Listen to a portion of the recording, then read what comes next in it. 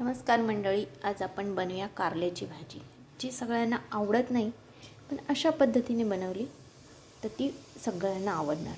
सर्वात प्रथम आपण तेल गरम करू, त्याच्यात थोडंसं जिऱ्याची फोडणी देऊ.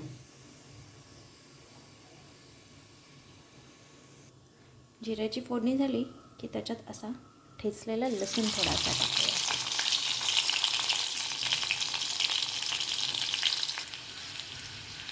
लसूण थोडासा ब्राउनिश झाला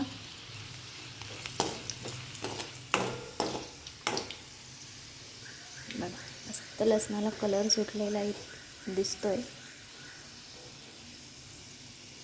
पाहू शकता तुम्ही.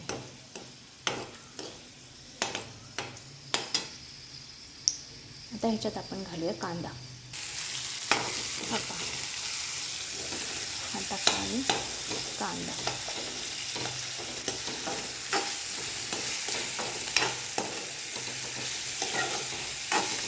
कांद्याला जास्त परतायचं नाही आहे, थोडासा गोल्डन कलर आला की मग आपण ह्याच्यात मसाले घालूया.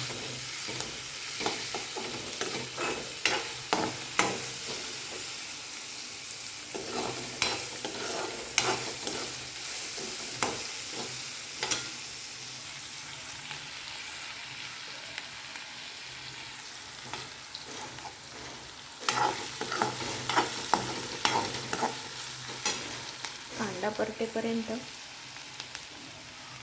मी कारलं असं उकडून वाफवून घेतलेलं आहे. एकच वाफ काढली, थोडंसं ते मऊ होण्यासाठी. बघा, कांद्याला असा रंग सुटलेला आहे. आता छानपैकी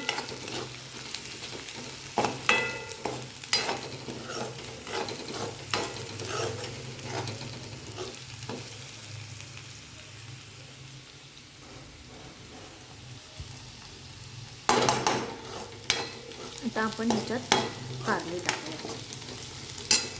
कारल्यांना वाफवायच्या आधी आपण त्याला मीठ लावून एक अर्धा तास मीठ सोडून ठेवलं. मीठ सोडायचं, स्वच्छ पाण्याने धुवून मग त्यांना वाफवायचं. तेव्हाच त्याच्यातला सगळा कडूपणा जाणार आहे.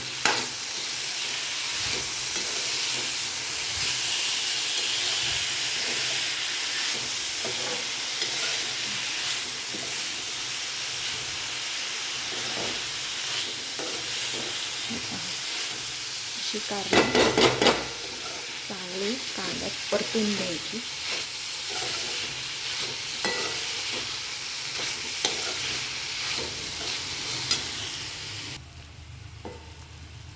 अशी अधूनमधून कारली हलवा, नाही तर कारली चिकटत राहते. अधूनमधून अशी कारली परतली की कढईला चिकटत नाही.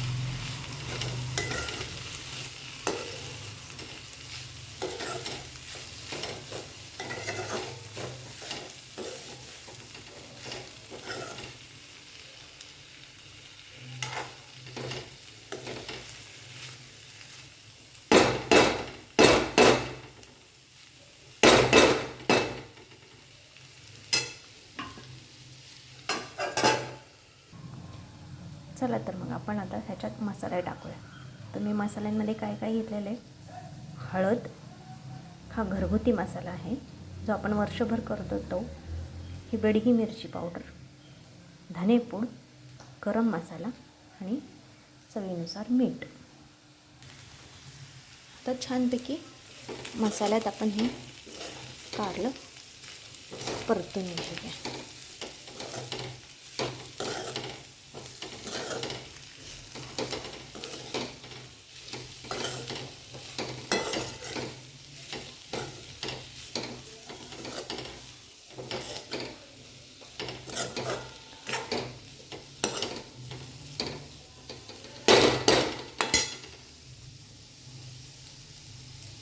त्याच्यात 1 आणि 2 आमसूल घालूया.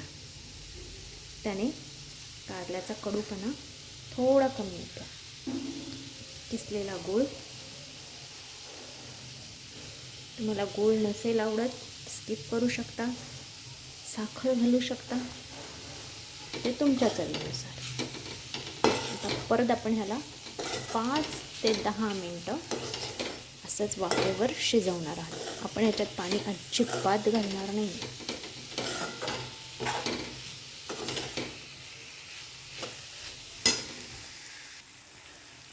5 मिनटानंतर कारली अशी झाली.